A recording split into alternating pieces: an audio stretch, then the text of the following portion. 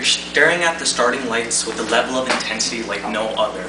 You clench the trigger with so much force you don't know what to do. You're that nervous. You're so nervous you don't even notice the crowds around you. And then the lights flash. Red, yellow, green, and you're off. But hold on. Let's step back and let's retreat and retrace the steps to where you are right now.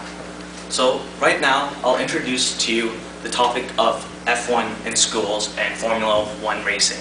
So I'll go through this topic by talking about what Formula 1 is, what F1 in schools is, and how you use research and design, testing, and manufacturing to create a model F1 car. So in general ideas of Formula 1 is that it is a 690 kilogram piece of art. It combines ingenuity, creativity, and a lot of effort in order to produce this product. So it also has a lot of attention to detail involved, and this relates to many of us as accountants. Because when we're analyzing journals or transactions, we pay a lot of attention. Or even as a public speaker, you spend a lot of time analyzing your audience. So the same level of attention is applicable here.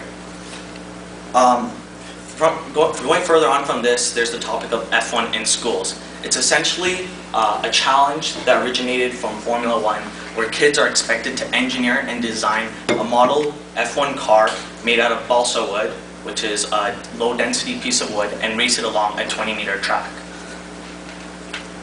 So now I'll tell you how to get from this piece of wood to something that's designed like this, a model Formula 1 car, and hopefully to a moment like this. So, there are 3 steps involved in order to reach here: research and design, testing, and most importantly, the manufacturing process. When it comes to research and design, I'm going to drive home two ideas: aerodynamics and Bernoulli's principle. When it comes to aerodynamics, it's a loosely coined term that refers to how air flows when it comes in contact with an object. The more fluently it can flow without disruption, the faster your car is going to be. The second topic is Bernoulli's principle. Bernoulli's principle talks about the inverse relationship between pressure and velocity. Where there's low pressure, there's high velocity, and vice versa. Then you have your final product. It essentially replicates your design, and that's how far you get with putting in detail and effort. And now, I'm going to take you back to the moment where I mentioned before. You're holding that trigger. You're nervous. You don't want to press that red button. But hey, after I've described the simple process of research, design, and understanding the concepts of Bernoulli's principle and aerodynamics, it's pretty much easy, right? So say it with me. That was easy. So now we'll be presenting our income statement. We chose the contribution margin format income statement because it best suited our purposes. It isolated the profit per rider from the total fixed cost, so it made it easier for us to conduct the sensitivity analysis and find what are the effects of changes in ridership projections, changes in pricing, and changes in variable costs. So in our original income statement, you can see that the variable costs are consistent throughout all 4 years at $7.65, and you can see our calculations for depreciation is below, and that we've prorated the first year, assuming that we've only been operating for 9 months of the year. And we assumed that our pricing for a ticket was $20. What is the effect of this $5 million had we included it? Well, it is definitely a material amount. It'll definitely change our profitability, and it will also change our break-even point. For example, by adding the $5 million into our income statement, our profitability decreases by $5 million, and we need to generate more sales in order to account for those total fixed costs. Now I'll pass it on to James to explain what are the effects of changes in ridership projections. How the variable pricing scheme works is that it varies the prices at each of the stations based on the distance traveled. So why is this relevant? Well, I can explain this in 2 words: consumer behavior. The consumer market generally prices differentiate based on the quantity provided. For example, you wouldn't pay the same amount for a small latte and for an extra large latte. That's the same ideology that we apply with the UP Express tickets.